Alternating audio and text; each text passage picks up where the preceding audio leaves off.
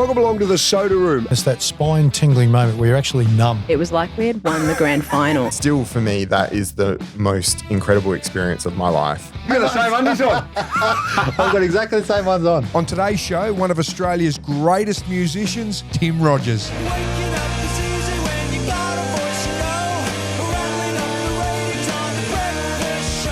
Tim is the multi-talented lead singer of seminal rock band UMI. And as you're about to find out, he is certainly no one-trick pony. I never thought I'd get to say this. Tim Rogers, welcome to the Soda Room. Look, I've been waiting for an invitation and finally I'm here. I'm glad that the documents have been signed and that the proper authorities have been warned, and here I am. Well, it is an absolute treat to have you here. I'm not sure where we're going with this, but I know that... it will be somewhere. It will be. At the destination, it's more the journey than the destination, isn't it? Isn't it? Is that what happens? I had someone ask me about my journey the other day and I had to ask the gentleman. He was perfectly lovely, but he was talking about lifestyle choices and he said, well, how's your journey? And I had to say to him, I really don't want to talk about it, but I never realised it was a journey. I just thought it was a dawdle. But here we are on a journey. So I would imagine that at some points it's been a lot quicker than a dawdle though, so let's see where we go. There have been some frantic times. I would imagine there have. But first of all, just something very recent too. Congratulations on the Ariel Hall of Fame. Please bow your head when you say that, Mark. Is it Sir Tim? It's not quite. It was fantastic. Well, it must have been a really, really fantastic buzz. It was less of a buzz, and what I came out of it thinking is that if you give someone a compliment and some kind of acknowledgement, and from particularly where the band's from, where I'm from, anytime you get the hand of authority on you, you've done well. Your impulse is to go, I don't need this. But I had the chance to think, well, this is actually quite lovely. And the first thing I did was call my daughter in New York and say, would you like to come out and be with me, because you're the reason for pretty much everything. So for those reasons, my wife was out from Germany. And as a band, we thought about ourselves and why the hell we're doing it. But the next day or 2 days after, I was playing bass in my daughter's band in the old bar in Fitzroy, which has a capacity of 150, and I was loading everything in. And then the next day, she had 3 gigs in a row. So loading gear from a van, getting into the Hall of Mirrors or the Hall of Fame, whatever it's called, doesn't preclude you from having to load all your Be gear. real. It's like perhaps winning the McGarry and thinking that someone's got to strap your boots when no, you do it yourself. Absolutely. One thing I did notice watching that at home on TV was Daniel Johns made a really lovely tribute, and I think at one point he said there'd be no Silverchair without Berlin Chair. Well, that's not exactly true, but Daniel and I have recommenced our friendship. We didn't talk for years, just from lives being different, but he called me out of the blue 6 months ago, and I'm completely starstruck by the guy. He's impossibly talented, charisma, the whole deal. And we've got such a history together. I used to drive the band around when they were 14. I was probably 21, and I used to drive them around Sydney and to go to meetings that I had to go to, and recording sessions. So I've known that guy since he was so young. And what he has experienced with that impossible kind of galactic talent that he does, I don't know how someone deals with that, knowing that when he opens his mouth, even his speaking voice, this mellifluous, beautiful timbre, and he's a brilliant songwriter, but has experienced the horrible sides of being very famous as a young person to a degree I have no idea with, and that he's now in his mid-40s, I'm 56, and we just call each other and talk about whatever's going on. Quite quite something. It's, getting my friendship with him has been one of the biggest things to happen to me this year, to be back and talking. And he's hungry. He wants to do things, but the glare on him and being in front of audiences is really difficult for him. Yeah. Because people are freaked out by him. He's that – Yeah. he is so beautiful, and when he opens his mouth to sing, my knees buckle. It's incredible. Yeah. It must be nice though when he turned around and clearly he's very grateful for what you and the band perhaps, did and taught him and what he experienced, particularly I suppose when you're young fellas getting around, that it clearly had a huge influence on what he was able to do. The bit that made sense to me, because a lot of what he said I don't know where someone of that talent would find inspiration from us, but he did mention that we were the first cool people that were nice to them, which I thought, okay, we can wear that, because the UMI guys, we're very different people, but at a base level, I think ethically we're okay, and we realised that we really lucked out. Sure, there's work and like the hard work is tolerating each other, I think. Because there's so much time where you are in a room stuck there for hours with people that you're cranky with. Everyone's hungover, everyone's coming down off something, and you just need to make sure that you're all right. And sometimes that's just shutting up. But when we met, Dan and Chris and Ben, and we thought they're just under this insane scrutiny. Let's just be the old drunk uncles. The drunkles, if you will. And that's what we were. And so that's meant that now Daniel and I, as middle-aged gentlemen, can just call each other and say, how do you cook salmon? Or what are you doing? How good's that though? That's brilliant. It's pretty great because I'm such a massive fan. Yep. But it sounds like it goes both ways though.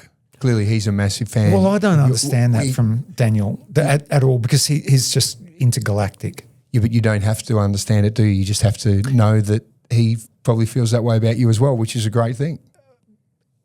Honestly, Marco, that stuff just kind of I don't understand. No, I know, but you know what I mean. I think it's one of those things where you guys are both super talented. You've played a really influential role for him, and you guys get to grow old and enjoy it and chat about salmon or whatever you want to, which is a terrific thing. Salmon is a lovely fish, but as long as we grow old together. So were you able to actually enjoy the night and the accomplishment achievement? Yeah, I really did. I was there to learn. There were a lot of newer artists that I wasn't familiar with their work at all. I have to admit that the just checking for any sponsorship around here. That, because Spotify were the sponsors of the awards, that rankled me, knowing the little bit of information I do about that company and what they do, and the music industry, of which I don't really feel a part of. I'm part of a music community, but that the industry asked or were persuaded or working with Spotify was difficult, because I felt that at times what's a way that we can absolutely enjoy the moment and share it with our friends and with other groups that we feel companionship with and our families.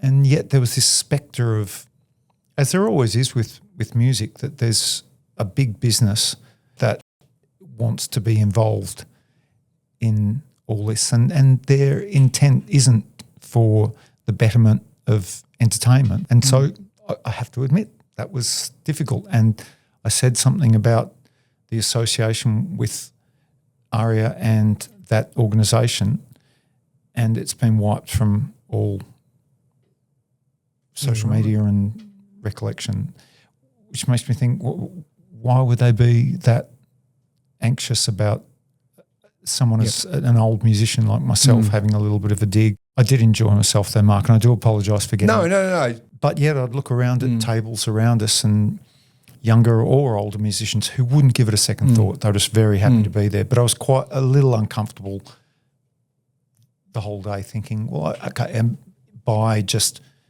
having fun, lapping it all up, am I part of this big wheel? It doesn't surprise me that you would even question something, not that I knew the intricacies of that, but because from what I gather from everything I've ever seen of you and spoken to you, Tim, you clearly live with authenticity and integrity.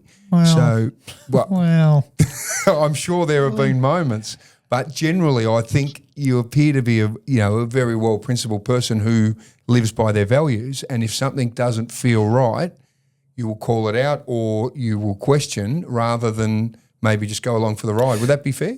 I'm so grateful to be able to still play music and do theatre and all that, and not everything I do is for the right reasons. I do work for money all the time, and there's no use trying to obfuscate that. Absolutely do it. However, my big point with the awards show was all the talk was about algorithms and streaming and, hey, come on, let's get the streaming platforms right, and that's where you judge your success. And as a band, and I felt like I was the mouthpiece of the band saying, look, wonderful, all this technology is available to us. However, there's a massive problem with it because algorithms, sure, you've got a rhythm inside you that compels you that you want to associate with art. The best way you can do that is to, if you can't afford it, go to your public library, support your public library, go and see a free show, all ages shows. It's all out there, but we're kind of being fed the lie that this is the way things are now. It's all just accessible and you just press a button and it's yours. And I think we're, as audiences, of which I'm a member of an audience, we're just missing out on the totality of the experience, which is if you go and buy the record, if you like it, and if you've got lucky enough to have the money to do it, go and see the show, get involved. There's that option available to people, and we feel that we can let people know that it's all still out there.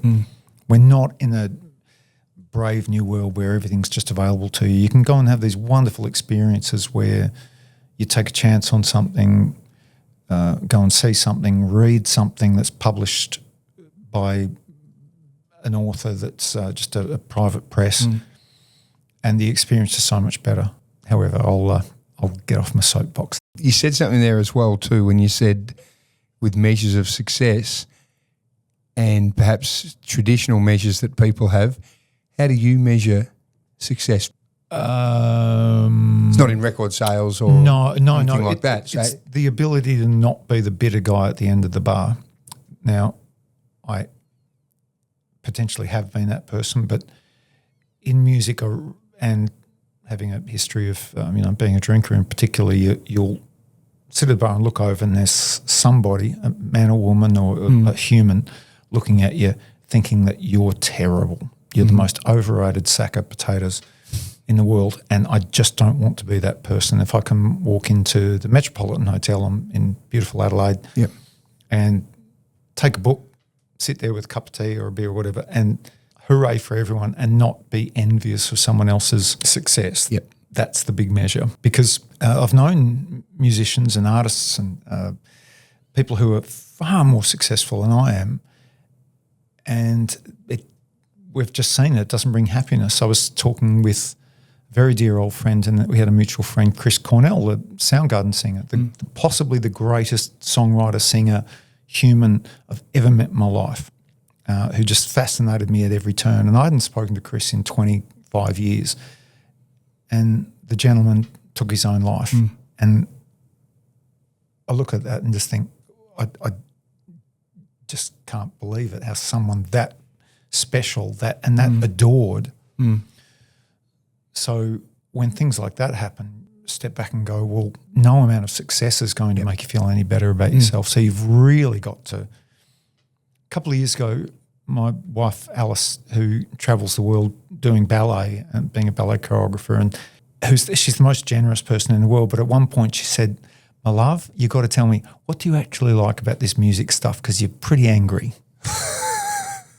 Was that a wake up? Yeah. And I said, yeah, I'm really whinging. And it was to do with my uncomfortability with touring. So I was just complaining about this and that. And when she asked me that, I sat back and thought, what do I like about the performing life? And it came to me pretty soon. I said, I love writing songs. That's the happiest I'll be. And she said, my love, concentrate on that. It's good advice to make you stop and think. That's probably why you married her. One of the reasons. She's very beautiful. Well, there you go. There's another one. Does the writing side of it bring you more pleasure than the performing side of it? Yeah, absolutely. Really? Yep. Yeah, performing is peaceful. That's the most peaceful part of the day. And I was talking with, have become friends with a couple of North Melbourne footy players. You know, Mike, the club I followed since I was 5, and I've become friends with Charlie Convent and George Wardlaw and Jackie Archer and these kids who I just can't believe them. I go around to their house and we have, coffees and have a chat, and I'm still such a fan. And I ask them on the field, is that oddly enough an opportunity to just have one job and it's silent? Yeah. And I won't misquote them, but the general feeling was that's where when you're at your job and you're passionate, sure, all that, but all the noise just goes away, even as someone's yelling out at you from 200 metres away. You've got a job to do, and that's where your peace is. So on stage, playing in front of whether it's 2 people or 350, that's a really silent time amidst all the chaos, particularly with UMI or the hard-ons where it's really loud, and there's an incredible tranquility, and the only difficult time is before and after. Yeah. After a good show, everything's wonderful. But and with writing, it's just creation, and it's like fixing a puzzle, writing a song. You've got these pieces in front of you, and you try and work this and that, and when it works, it's just exquisite. So if you're going to write a song, the inspiration could come from anywhere, essentially? Yeah, essentially mundane experiences. I have in the past taken extraordinary amounts of extraordinary drugs and thinking, well, this will be the key to writing songs. And no, it's watching an elderly lady eating hot chips in the foyer of a cinema, and suddenly it all just goes, wow. Right. It's there. Yep. Not necessarily about her. I'd like to leave her to enjoy her chips, offer some vinegar or some chicken salt. Matani chicken salt in Adelaide. We're not going to be commercial here, but this is where it all created, wasn't However, sponsorships are welcome. Yes, absolutely. But something might happen in what she's doing that puts together something you've been thinking of for a while, or? Never quite sure. I was going to read the great Oliver Sacks's book on musicophilia, thinking, okay, it's time to unlock the secrets about why music moves us, but I don't want to know. And so witnessing something that just happens on the street and why it sparks a memory. And it can be dormant there. It can be something from your own life or just an imagined situation, because definitely writing fiction, and I've become acquaintances over the past couple of years with some fiction writers, very successful fiction writers and writers I adore. And I just at a certain point of the night have to ask them, how do you bloody do it? It just seems the most impossible task. And they say, well, you get in the room and you make shit up. But they would probably think the same thing about you with the song. How do you write a song? How do you put that together? Music can fill in gaps, what you can't complete in a narrative. If you, because UMI's early songs and my early songs are about nothing really. They're just kind of about angst. But then when you put music with it, it gains this extra importance. But with novelists and with non-fiction writers, speech writers, it has to be fact, and it has that's it. You can't pepper it with this music malarkey. So novel, and that's why I would want to write fiction. You know, that's the pursuit over the next 5 years. I want to pursue a work of fiction, and whether it gets published or not, On what topic? What sort of Well, I can't tell you, storyline? Mark. Can you give me an insight? Well, I can't tell you, Mark. Can you give me an insight? Where? What? Nothing about an elderly musician. Right. Nothing to do with music. To just step into someone else's Yes. existence. Yeah. Maybe something that you thought you were going to be at another time. Are we talking about that? Yeah. Well, I'd started writing a novel, a story about a stand-up comedian, because are you friends with stand-up comedians? I know a couple. Yeah. They are the most difficult people in the world. It's a horrific job, and there's geniuses who I adore, and it's just a very, very difficult job. But amazing when you nail something. But like you're saying about your observations with your songs, I think a lot of the comedy comes out of those everyday observations that many of us experience, and the comedian can tell them in such a great way that you can relate to it. But they do it in a way that you maybe hadn't thought. Which is the thing. Yeah. And observational comedy, when it's drab and it's just mentioning, isn't it funny when you see this, but to put a twist on it, which is, I think, what the best stand-ups do, what the best comedians, what the best writers do. Nothing unlocks that more than thinking, what is somebody actually thinking, to have empathy for someone. Yep. I think about it often when I see homeless folks, and I think, there was very brief times in my life when I've been homeless, and for whatever reason, and thinking, what do you need to get through the day when you got your life on your shoulder and you just want to get through the day, or where do you get to? So that's, I think, where great writing comes from, to try and imagine what that would actually be like. Yeah. Because there are still people who walk among us who would look at someone who's living homeless and going, you've buggered up, haven't you? Yeah. And not see the the empathetic side. It's funny when you say that, because I always think everyone has a story. Now, you could be homeless because of a broken marriage. You might have made a bad mistake at work. You might have just been dealt a really shit hand in life. And I always look at that and think that every one of those people have a story about how they got there. And I would imagine every single one of them would be fascinating in their own right too.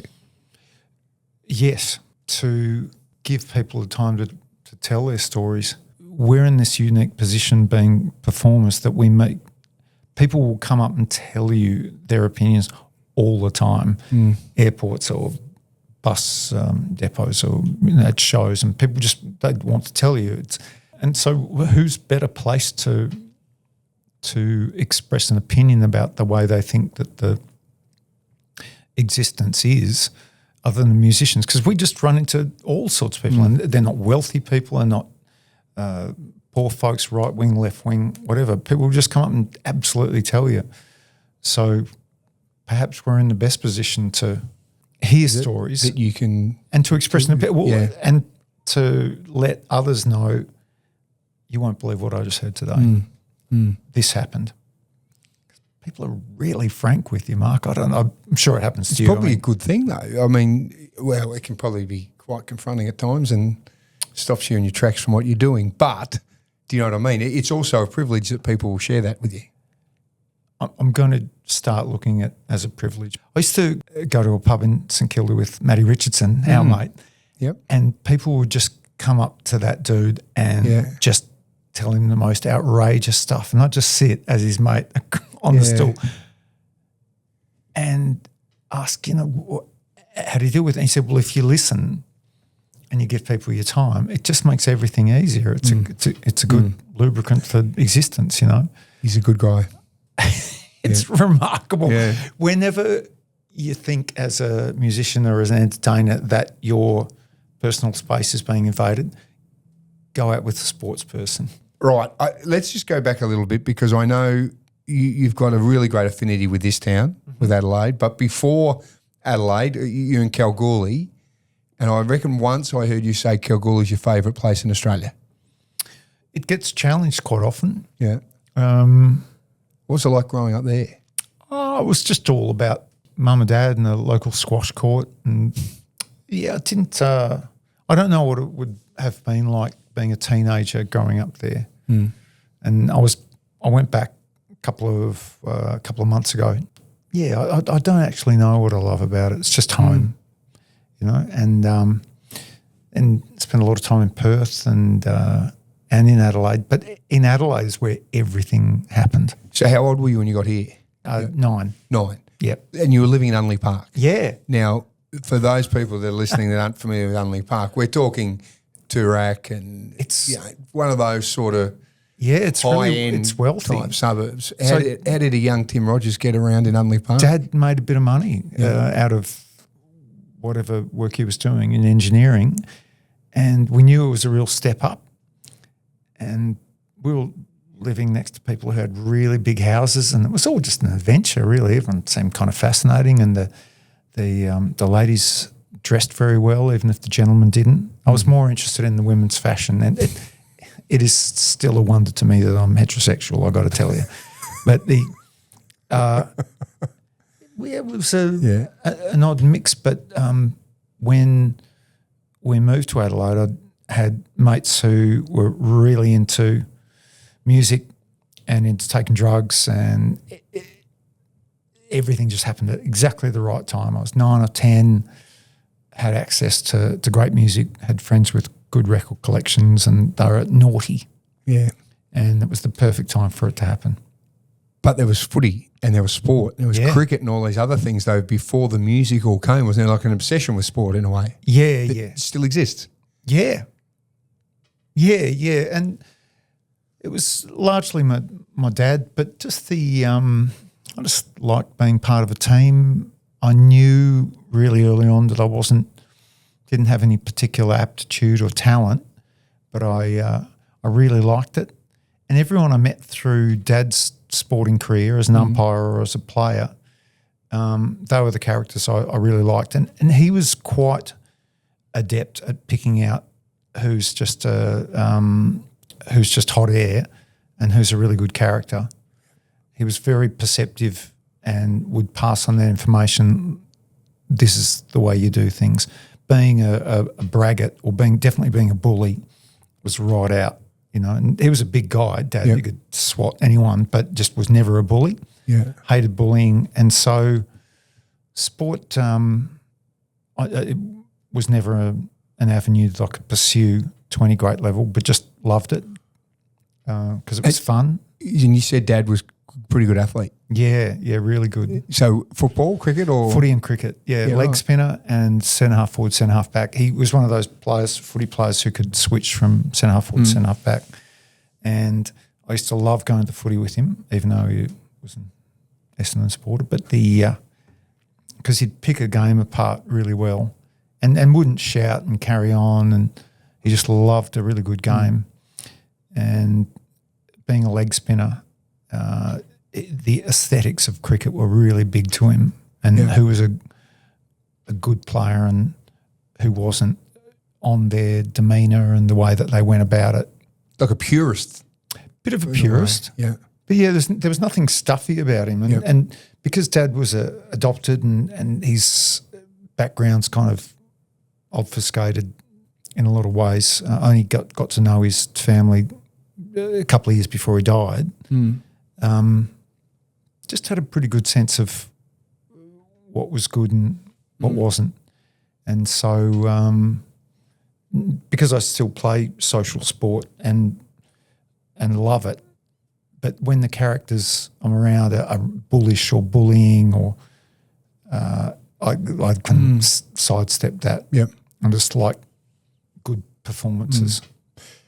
So where did the love of the Sturt Footy Club come? Because that is well documented. You're an ambassador for the club, and I am no ambassador for the club. You I'm are. just a fan. Well, you are. No, I know you're an ambassador for the club. They love you down there at the Sturt Footy Club, Sue Dewing and everyone there. But where did that come from? We moved from Perth to South Australia, and it was colours. East Fremantle, my club in WA, blue and white, and I just saw the right shade of blue. I think it was as simple as that. And well, you're in Unley Park as well. You're in the heartland. I think I'd chosen Sturt as my team before we got to Adelaide. Oh, right. It was a big deal. Knowing you were coming to South Australia. That's right. Yeah. Yeah, my brother Jamie picked Glenelg. He said, "No, that's my team." It was a big deal. Yeah. Because we wanted to, when you were going to be living there, and you'd choose your footy side. But no, I didn't wander around the parks and think, Woodville's going to be my team or Torrens. Or it was Sturt. That's it. Right. And before I reckon I knew I was living in Unley Park. Yeah. It's the aesthete in me that the Guernsey is one of the greatest sporting Guernseys of all time. Not just got the colour with the insignia on the front. Yeah. It's just that classicism. I just love it. It's why I despair at modern soccer wear, because the original, whether it's Aston Villa or West Brom or whatever, these beautiful just kind of plain colours and advertising rules the game now. Of course it does. Yes. But the Sturt logo and that Guernsey is just one of the greatest. What was the old lace-ups too? Yeah, the lace I've got one. Yeah. It got given to me by a very, very lovely gentleman years and years ago, because I think I advertised if you turn up to a show that I'm involved in and you bring a Guernsey, you get in for free for life. Yeah, right. That's good. And someone's pulled out the old Sturt lace-up. Yeah. Yeah. Crikey, I've got a lot of footy Guernseys at home. Yeah. So you used to go out to Unley? Oh, Who did you love watching? Oh, Ricky Davies, of course. Michael Graham. Watching Flash play was a really big deal. Saw Peter Motley's first game, indelibly in there. Baggers, I think it was him. Dad let me know that that Paul was of the kind of footballer that he really loved, and so I went right. And I knew there was something very showy about the Prince. And I was really attracted to that, but Dad was like, easy, that he's a bit showy. But we're of course talking the great Rick Davies here, the Jumbo Prince, And meeting him a couple of years ago, and I just watched the grand final with him. I've got a photo of you and the Prince together. It's from the Adelaide Oval. It was such a big deal to me. And when you stand alongside these players that you just have mythologised, and I never knew we were kind of the same height. Well, he was meant to be a big beast of a ruckman, and he's what you might even be a touch taller than him. Seriously, it just doesn't make sense to me. Because what are you, 6'3"? Yeah, I reckon he'd be 6'2". He'd be barely pushing 6'3". It was just so joyful. Yes, watching Flash was a big deal. I think just always had an affinity for players who played the way I didn't, because I was always a full forward and hanging around the back of the pack. I was never solid. And whether it was someone like Michael who was so fast and, put it under his arm and go for it. I think they were kind of the big three. Then obviously North Melbourne, the Kangas. You've got a big love of the Kangaroos. How did that evolve?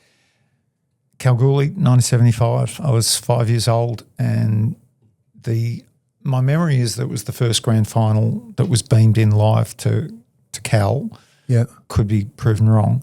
But my dad said to me, Timo, watch this team. I reckon you really like them. And whatever Dad said, righto. And saw him and just loved them. Rossi Henshaw and Malcolm Blight and Barry Cable, just that Dave Dench in particular. I didn't question Dad at the time, but years later when I found out that he went for Essendon and he used to follow John Coleman from end to end at Windy Hill, I said, why'd you turn me on to North Melbourne? And Dad, in his very sage, quiet way, said, I think they're your team. And there was no, right.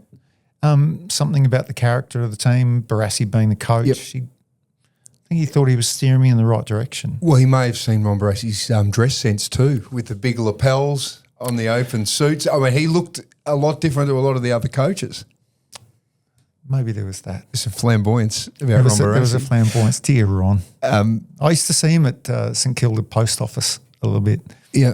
And would never approach him to say good day, but I'd hear him talk to people. And the way he was with, and was it Cheryl, his wife, I think? Cheryl, the way they were with locals was incredible. Anyone who would come up, I'm sure wouldn't suffer fools, but they were very generous people. The first name you mentioned there, Ross Henshaw. Yeah. Number 34. Yeah. Was my PE teacher. No. I promise you, he taught us how to play footy. Ross Henshaw, this is at Blackburn South High School in Melbourne. Wow. I'll tell you some stories off here that I can't tell you here because we'll get in trouble. And I know Rossi's still around. But He looks younger now than he did when in his playing days. Well, he used to come out at lunchtime because he'd coach our school footy team, and he'd bring out the premiership jumper and it'd have the Courage logo on it with the rooster, and he would take hangers on our heads like year 9 and 10 boys and go Henshaw and ground us into the oval. I don't know if I want to hear that. No, it was great though. That I is loved him. I loved him as a teacher. He's a very good man. He was awesome, and he was a funny bloke, but you knew when he was teaching you that Ross Henshaw played in premierships. He made it well known, but in a really good way. That's amazing. yeah. I've got to give him a call later on. Have you got Ross's number? Yeah. What a ripper. I was at a game. It was North versus Collingwood.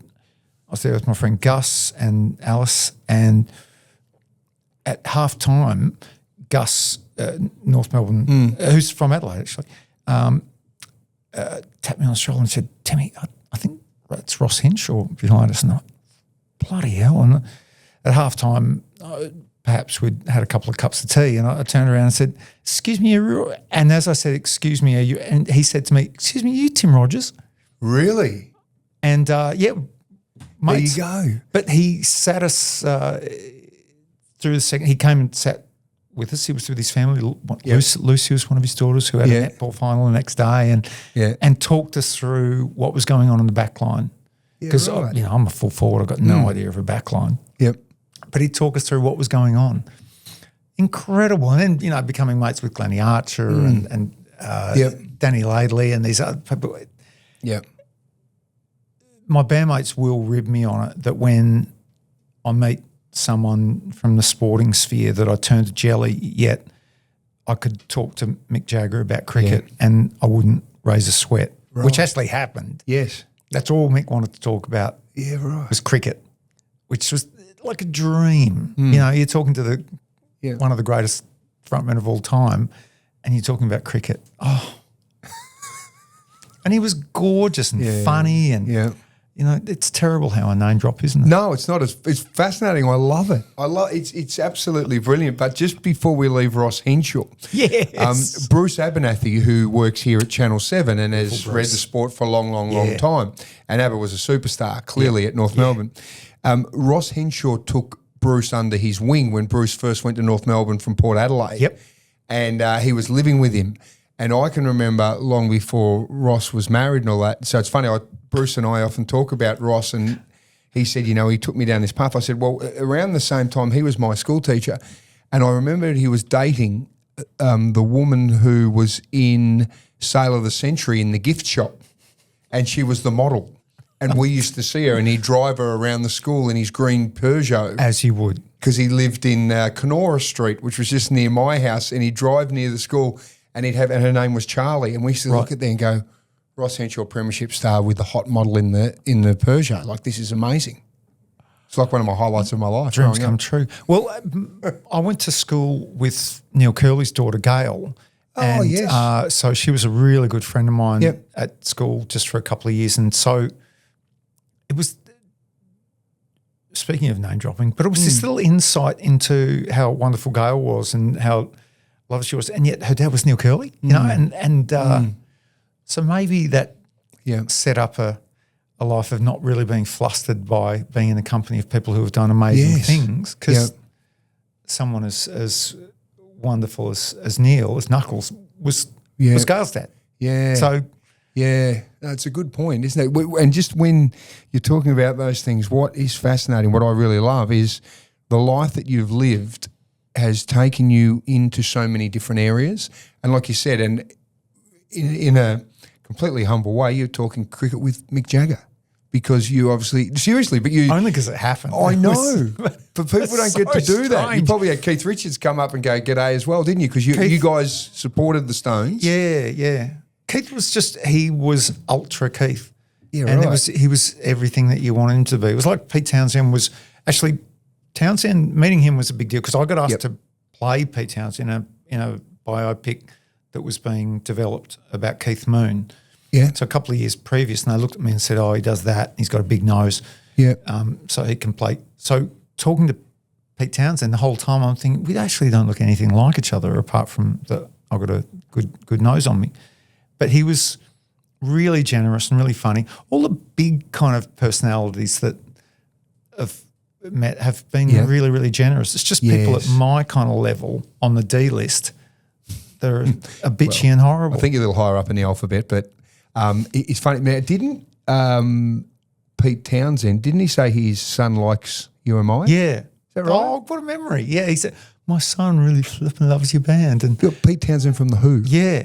And his son admires you. Yeah. He's meant to look after his dad, but he's actually watching Tim Rogers. Really doesn't make a hell of a lot of sense. But no, Pete was really gorgeous and lovely. And so I guess you learn from that you just try and be decent. And Yep.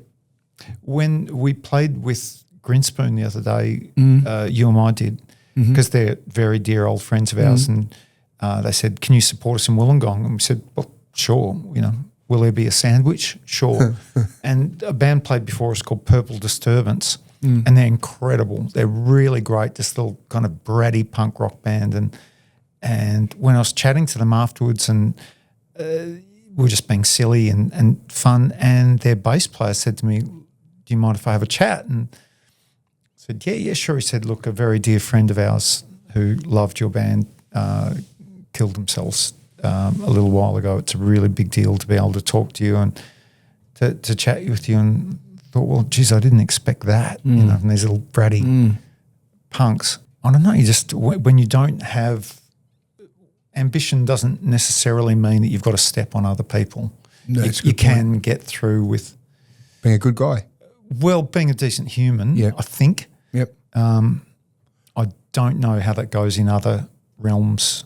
I think we get that in everything, don't we? We get some wonderful, generous, kind people that are there to support and lift you, and then there are people that will stab you in the back, or some will stab you in the front.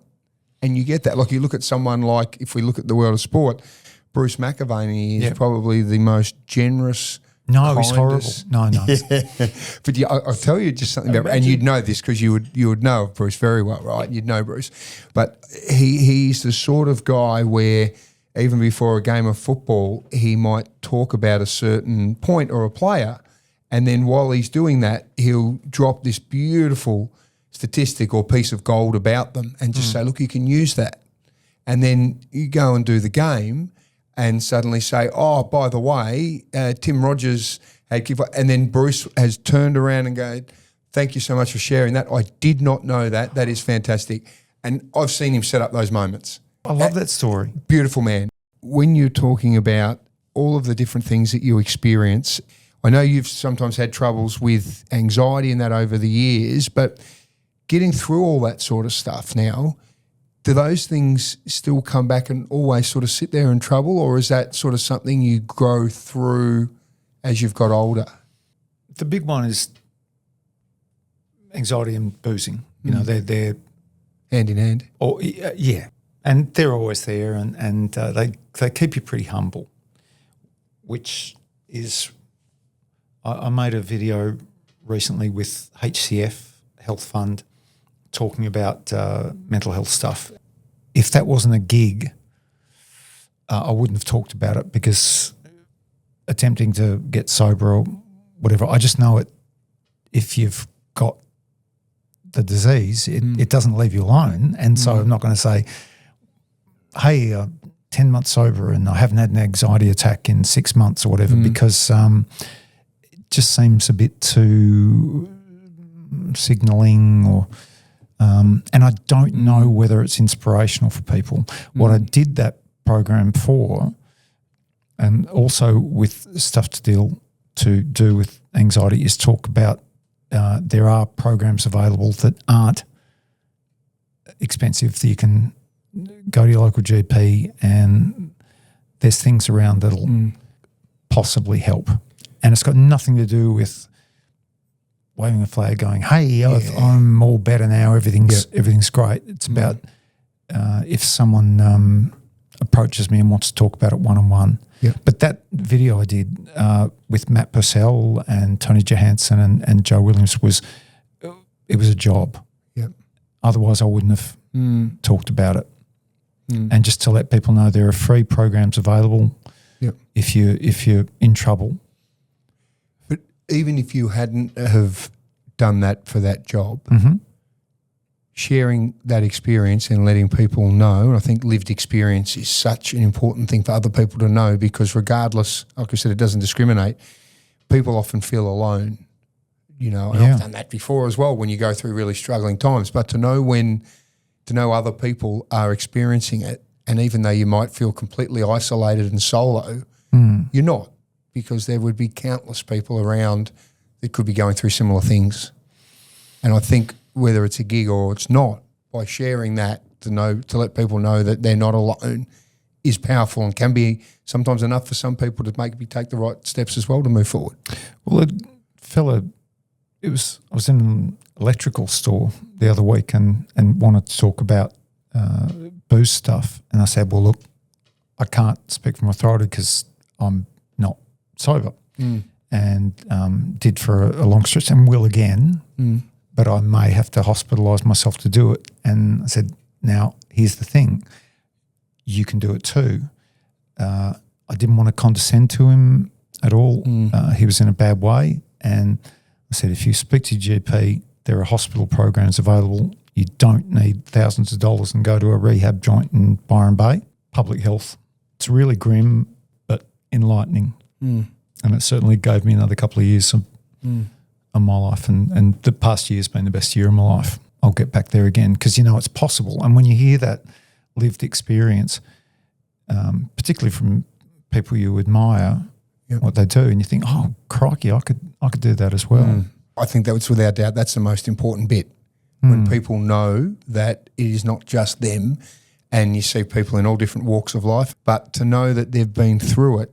And it's a bit like that, a friend once said to me, if you're sitting in the fire because things are just tough, you've just sometimes got to sit in there until it dies down. A bit like I was at Winston Churchill, if you're going through hell, you just keep going. All things must pass. All those sort of things. That's a really good one, because if you try and frantically get out of the fire, you actually do have to get burnt.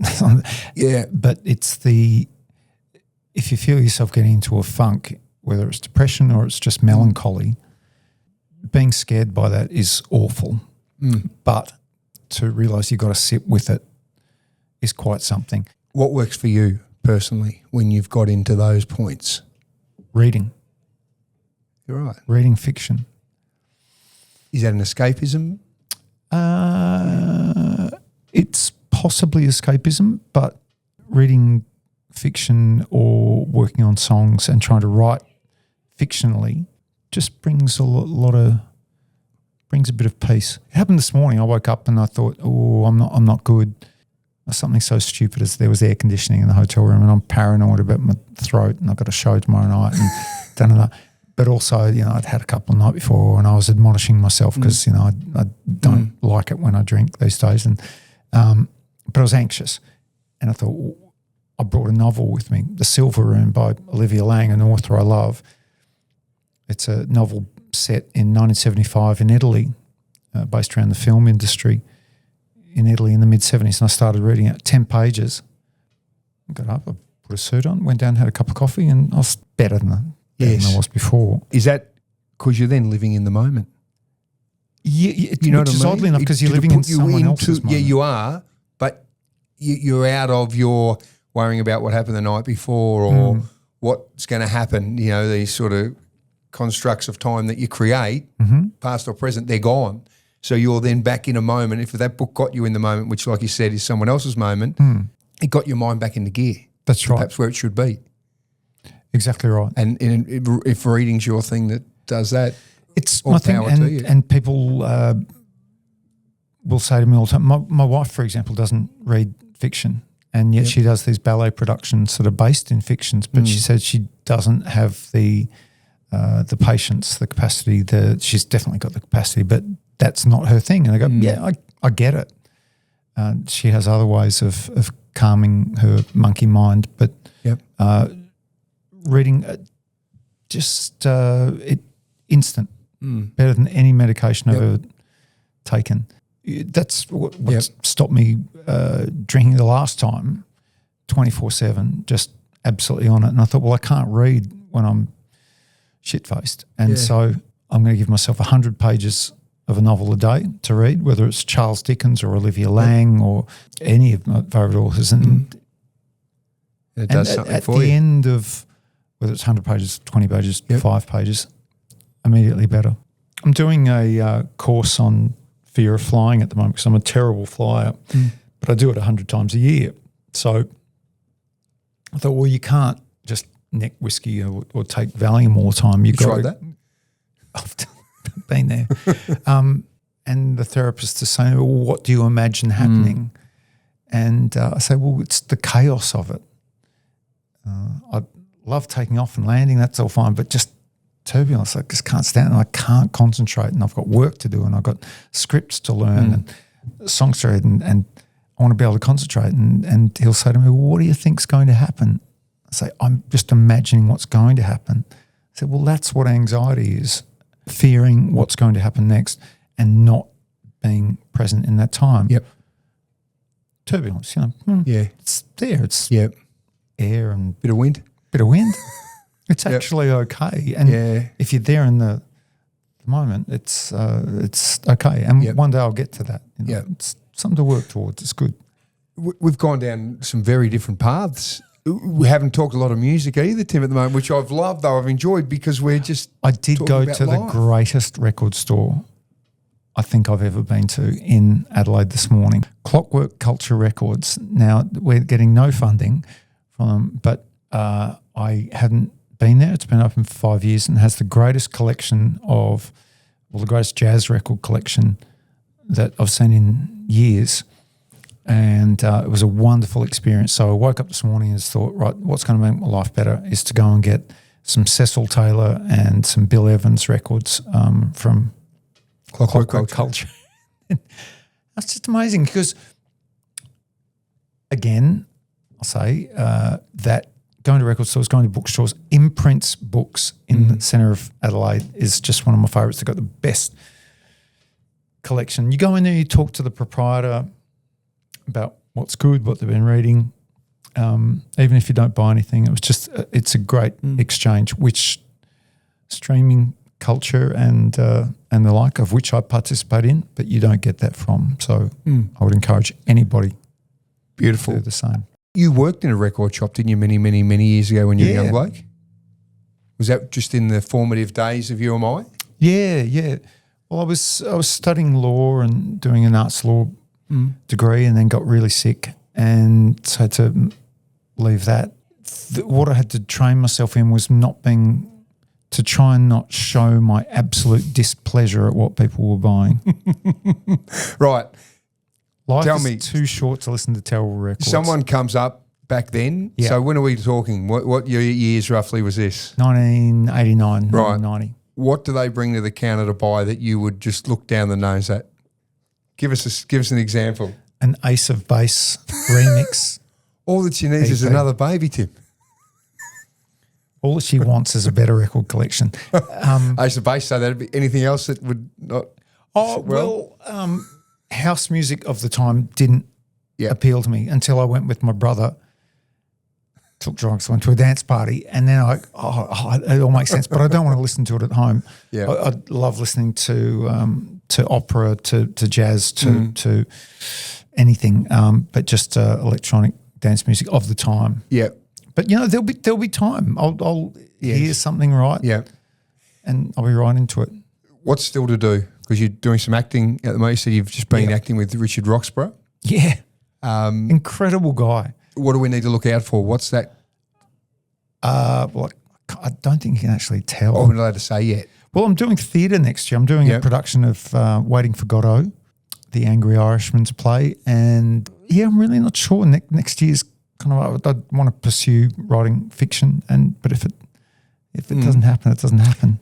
Obviously there is, we talked about this earlier, your love of sport, your footy and your cricket. And I still remember, when was it back 2012 when you did the AFL stuff for the finals, which was great. It was really good. It's awesome. Getting to that level of advertising was, which I'm sure you deal with all the time, which how you navigate that baffles me.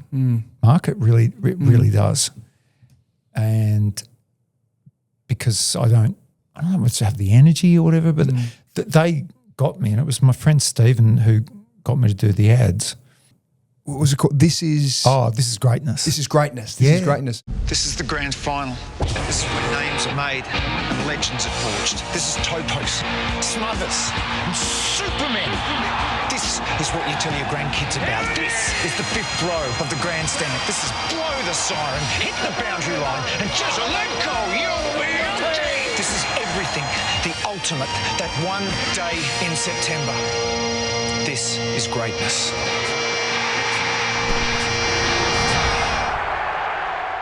It was really good fun, and the best thing is I got to hang out for a couple of hours with Michael O'Loughlin, who I just adore as a player and as a human, and the crew were great, and I got to go and have a kick on the MCG by myself at midnight. Yeah. Bloody hell, 50 metres from that pocket is a long way. You're kicking uphill. It was a really good experience, but working with the advertising crew, that was a little. It was very alpha, which is a bit weird. I'm kind of in the middle of going, no problem. I said, "Oh, Timmy, do you mind doing a handball to yourself?" I said, "Yeah, that's what I kind of do during the day anyway. That's fine." Yeah, it was a good experience. It was great because you've talked about football and cricket were two things you grew up with, and given your art, your career, you're able to do something with football. But you wrote a jingle for the ACB, for the Australian Cricket Board a while ago, didn't you once? Is that right?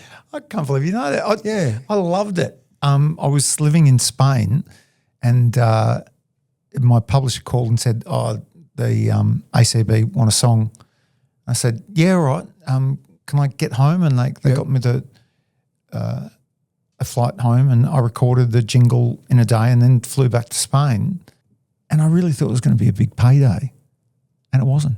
Yeah, I love being part of that. If ever the ACB are doing another campaign, well, there's two great things because you talked about those sports were so important to you, particularly when you were younger in your formative years, and then you go down a different path as a musician and artist, but you're still able to do something in those sports at the very top level, which is terrific. It's great. It's pretty great. The one of my big loves is going to the States or Japan and watching baseball. Love baseball, but because the Phillies, my team went out in such a bad way last year. I hang out with a bunch of folks who are big baseball fans and music fans, and where music or art and a love of sport conflate that's where I'm absolutely at my happiest. And you're still playing cricket? Yeah. I'm playing 2 games in 3 days for Taradale. At 56 years young? At 56. I think about cricket far more than I think about music. I think about playing cricket, about how I can get a snap in the wrist to get an extra couple of Ks pace, where to land it. On turbulent airplanes, I'll think about maybe it's time to become a leg spinner rather than the medium fast bowler, where I can hold the bat better too, and think of scenarios. If I had to get 3 runs off the last ball of a game, what am I looking for from the bowler that's coming towards me? And playing at the grade I do these days for Tara, I'm playing against 18-year-olds and 19-year-olds, and they give it to me full tilt. Do they know who you are? Oh, their grandpas tell them. Yeah. Seriously. And I'll hear a wicketkeeper going, you old hack, this, or it's not like you're a member of Powderfinger or anything. And and it gets to me. I'm like, I know that. And they've thrown me off my game because now I'm not thinking about where the ball's going to land. It's brilliant. Love playing. And then missing games really hurts. when playing for the Taradale Taipans, population 499 in country Victoria, I think about it all the time. You know, when feeling in the covers, I think about Clive Lloyd, the kleptomaniac, they used to call him, and about if I miss this cover drive, the game's gone, and the happiness of my mates here in the whole town. But there's a lot to look forward to, Timmy. You said before, just to wrap up with this, you said before that you've had just about the best year of your life. Yep. You at peace now?